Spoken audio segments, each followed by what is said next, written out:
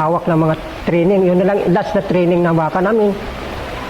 Doon naman sir, nagsimula na naman ang encounter namin sir, doon sa Malay-Malay Bukid noon, sa Valenzuela.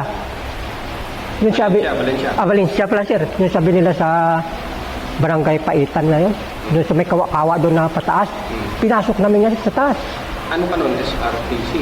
Oo, kasi nag-dismiss yun, hinawakan namin, sasama yung mga, kasi sumasama sir ang mga takinsio, pagka nag-dismiss yun yung mga estudyante.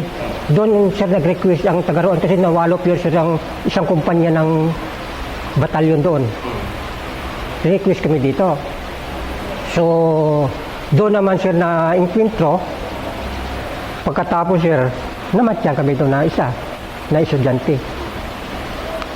So, yun sir ang, actually sir sa mga tanggumike na hinawakan namin dito pa kami sa DTO noon. DTO na pala yun, sa SRTC plan tayo.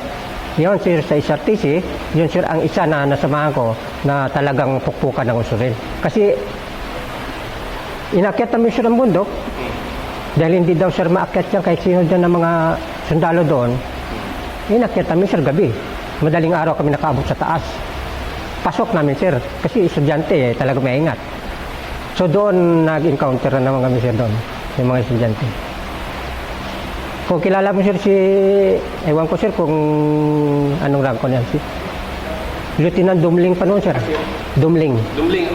Yan sir ang hinawakan namin. Pero SM pwede bang